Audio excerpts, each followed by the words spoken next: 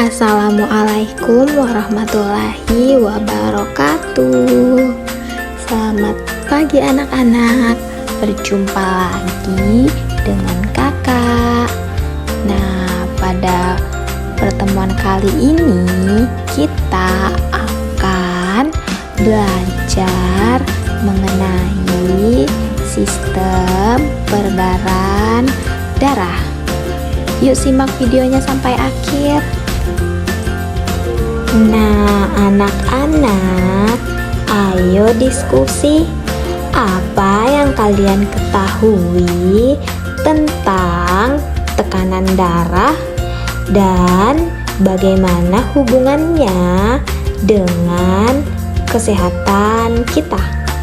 Kira-kira bagaimana ya anak-anak? Yuk kita pelajari bersama-sama.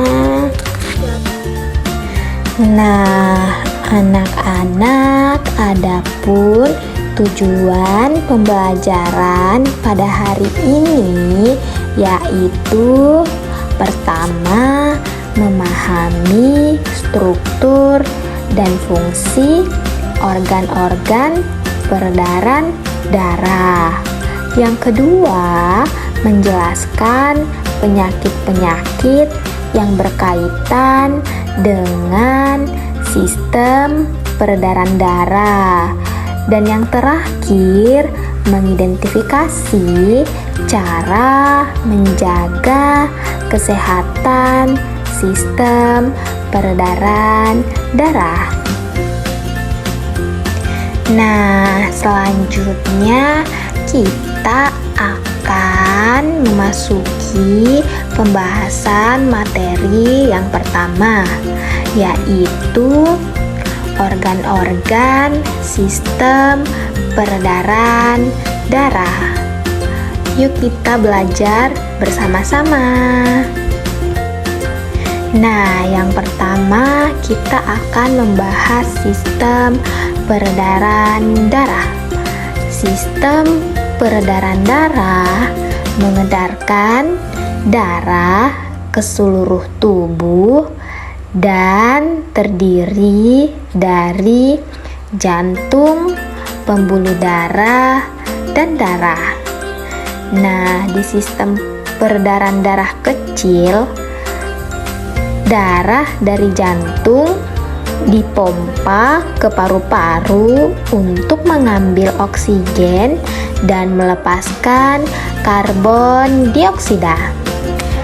Selanjutnya, sistem peredaran darah besar, di mana darah yang sudah kaya oksigen akan dialirkan ke seluruh tubuh untuk mengantarkan oksigen dan nutrisi sebelum kembali ke jantung.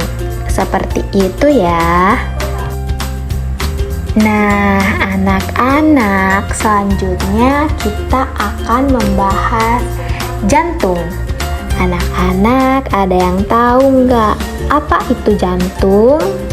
Jadi, jantung adalah organ utama yang berfungsi sebagai pompa untuk mengalirkan darah ke seluruh tubuh. Terbagi menjadi 4 ruang, 2 serambi atau atrium, dan 2 bilik atau sering disebut dengan ventrikel. Nah, darah mengalir melalui jantung dalam siklus yang melibatkan kontraksi dan relaksasi otot jantung. Seperti itu ya anak-anak. Baiklah anak-anak, selanjutnya kita akan membahas mengenai anatomi jantung.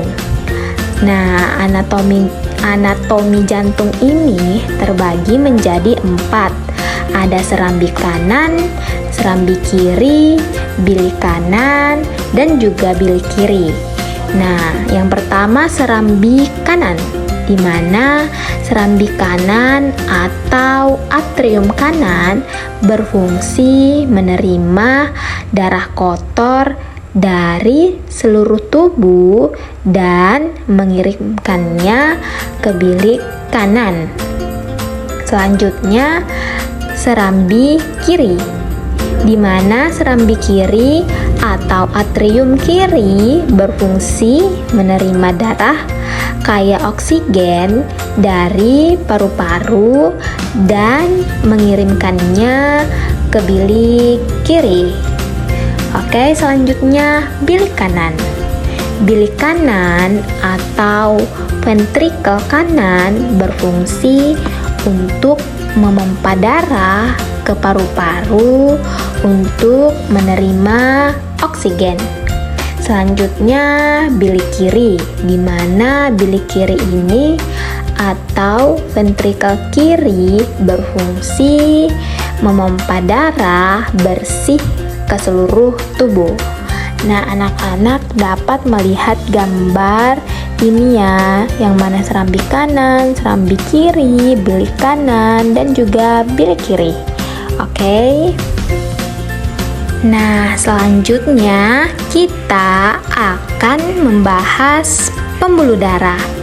Di pembuluh darah terbagi menjadi 3.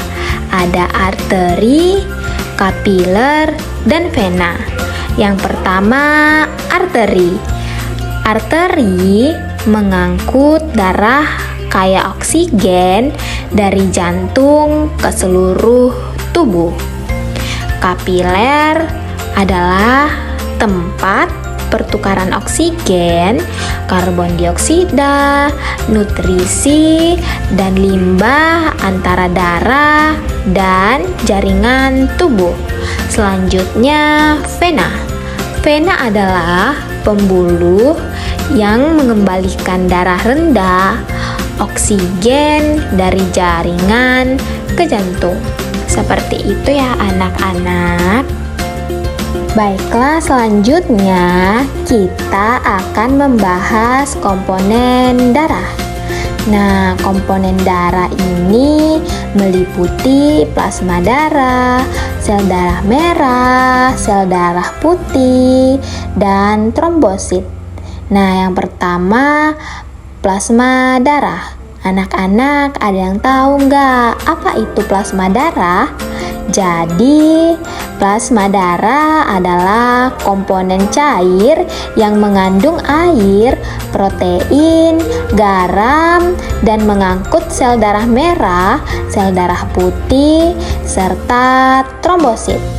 Yang kedua ada sel darah merah, di mana sel darah merah mengandung hemoglobin yang berfungsi mengikat oksigen dan mengangkutnya ke seluruh tubuh.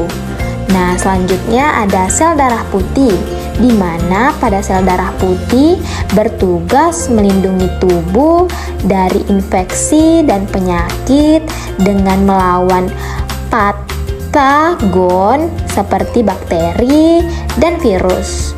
Nah, selanjutnya ada trombosit. Trombosit membantu proses pembekuan darah ketika terjadi luka atau cedera, mencegah peredaran darah yang berlebihan. Seperti itu ya anak-anak. Nah, anak-anak, selanjutnya kita akan membahas penyakit-penyakit yang berkaitan dengan sistem peredaran darah. Kira-kira penyakit-penyakit apa saja ya? Nah, yang pertama ada penyakit yang disebut dengan hipertensi. Nah, anak-anak ada yang tahu nggak apa itu pengertian atau penjelasan hipertensi? Jadi, hipertensi atau tekanan darah tinggi adalah kondisi di mana tekanan darah berada di atas batas normal. Tekanan darah normal biasanya berada di kisaran 120/80 mmHg. Nah, penyebabnya itu biasanya disebabkan karena riwayat keluarga dengan hipertensi meningkatkan resiko pola makanan tinggi garam, kurang aktivitas fisik, dan merokok. Nah, resikonya itu hipertensi beresiko seperti kematian mendadak, kerusakan mata, dan kerusakan pembuluh darah. Seperti itu ya anak-anak. Nah, selanjutnya itu ada penyakit yang disebut sebagai serangan jantung. Nah, anak-anak ada yang tahu nggak apa itu serangan jantung? Jadi, serangan jantung itu terjadi ketika aliran darah ke bagian jantung tersumbat. Biasanya karena penumpukan plak, lemak, kolesterol, dan zat lainnya di pembuluh darah arteri koroner. Nah, penyebabnya itu biasanya disebabkan karena tekanan darah tinggi, kolesterol tinggi, dan gaya hidup tidak sehat seperti merokok, kurang olahraga, diet, tinggi lemak. Nah, risikonya itu hipertensi berisiko seperti kerusakan otot jantung permanen dan resiko kematian jika tidak segera ditangani. Seperti itu ya. Nah, anak-anak, penyakit yang selanjutnya yaitu stroke. Di mana stroke adalah kondisi di mana medis serius yang terjadi ketika suplai darah ke bagian otak terhenti atau berkurang tanpa pasokan darah yang cukup. Sel-sel otak tidak menerima oksigen dan nutrisi yang diperlukan. Nah, penyebabnya itu bisa disebabkan oleh sumbatan gumpalan darah di pembuluh darah yang membawa darah ke otak atau oleh pecahnya pembuluh darah yang menyebabkan perdarahan ke jaringan otak. Resiko stroke yang meliputi kelumpuhan atau kelemahan pada satu sisi tubuh, gangguan bicara, dan kesulitan berpikir. Seperti itu ya anak-anak. Oke anak-anak, selanjutnya kita akan membahas cara menjaga kesehatan sistem peredaran darah. Yang pertama, kita harus rajin berolahraga, seperti aktivitas fisik seperti jogging, bersepeda, dan berenang untuk menjaga kesehatan jantung dan aliran darah. Kemudian kita harus mengkonsumsi makanan sehat seperti makanan tinggi serat, rendah lemak jenuh, dan kaya vitamin baik untuk kesehatan pembuluh darah. Nah, yang selanjutnya itu hindari merokok dan alkohol.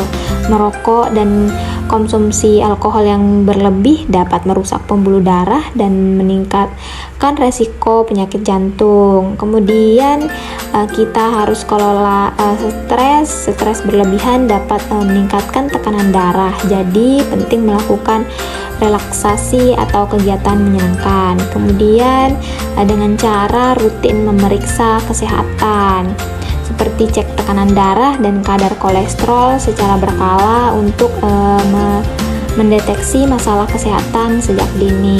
Seperti itu ya anak-anak. Nah anak-anak, sampai sini dulu ya pembelajaran kita pada hari ini. Ibu rasa cukup. Semoga materi yang Ibu sampaikan bermanfaat, berguna, dan dapat dipahami oleh anak-anak. Kita akan bertemu di video pembelajaran selanjutnya. Ibu ucapkan terima kasih dan assalamualaikum warahmatullahi wabarakatuh.